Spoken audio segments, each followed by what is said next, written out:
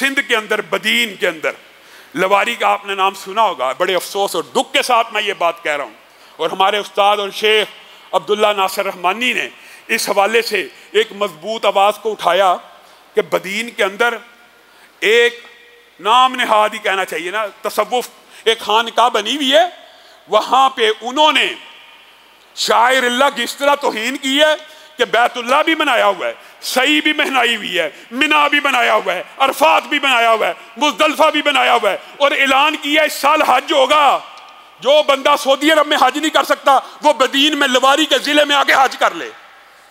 معاذ اللہ, انا للہ و انا الیہ راجعون. یہ پاکستان میں ہم نے یہ دن بھی دیکھنے تھے.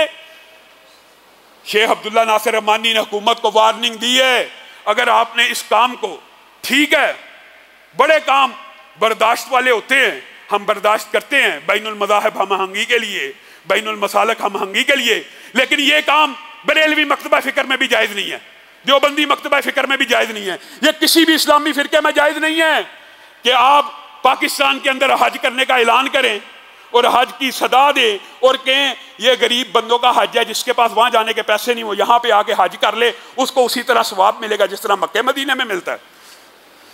اس حج کے اوپر گورنمنٹ کی سطح کے اوپر پابندی لگانی چاہیے, اور اگر یہ پابندی نہ لگی تو یہی اصل منہج ہے, یہی منہج سلف ہے. آج پاکستان کے اندر بھی بعض وہ دارالکفر میں رہنے والے منہجی ہے آ کے تعامل ملک حکام کے نعرے لگا کر اس طرح کی باتیں کرتے ہیں کہ ہر بات میں اطاعت ہے, ہر بات میں اطاعت ہے. ہرگز ہر بات میں اطاعت نہیں ہے. حکمران اگر راہ راست پہ نہیں آئے گا تو ہمارے آئین اور قانون نے, دستور نے ہمیں احتجاج کی اجازت دی ہے. آئینی طور پہ احتجاج ہوگا اگر آپ نے اس حج کو, اس جعلی حج کو, اس توہین شاعر اللہ کو فی الفور بند نہ کیا تو اللہ کے فضل و کرم سے صرف یہ بات بھی ان کو پتہ نہیں کیا ہم علی حدیث سے بات اٹھائیں گے, دیوبندی بریلوی نہیں ہوں گے. یہ بریلویوں کے نزدیک بھی جائز نہیں ہے. تینوں مسالک مل کے اس کے خلاف ملغر احتجاج کریں گے. اللہ رب العزت جو کہا گیا, جو سنا گیا, اس کو سمجھنے کی توفیق عنایت فرمائے ہمارے.